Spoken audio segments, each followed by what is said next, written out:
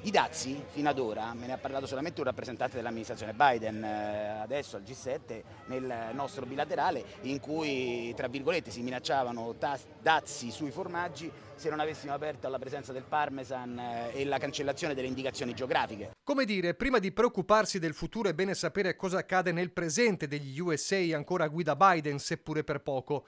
Il ciclone Trump e l'incubo dazi rompono inevitabilmente l'apertura della 126esima edizione di Fiera Cavalli a Verona.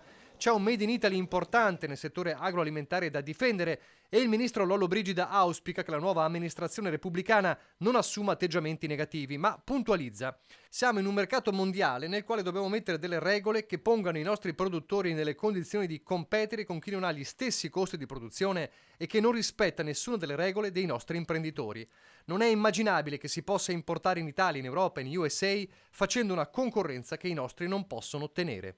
Altrimenti, purtroppo, su alcune questioni il rischio di dazi ci può essere. Io credo e spero e auspico non nei confronti di un paese alleato e di un'economia alleata come quella europea, anche in un momento geopolitico particolare come quello nel quale viviamo. Ma lo spettro dazi lascia il posto ai grandi protagonisti, i cavalli e ai numeri della fiera: 700 espositori da 25 paesi, 128.000 metri quadrati di superficie utilizzata, 140.000 visitatori previsti da 57 paesi, 25 delegazioni di buyer internazionali.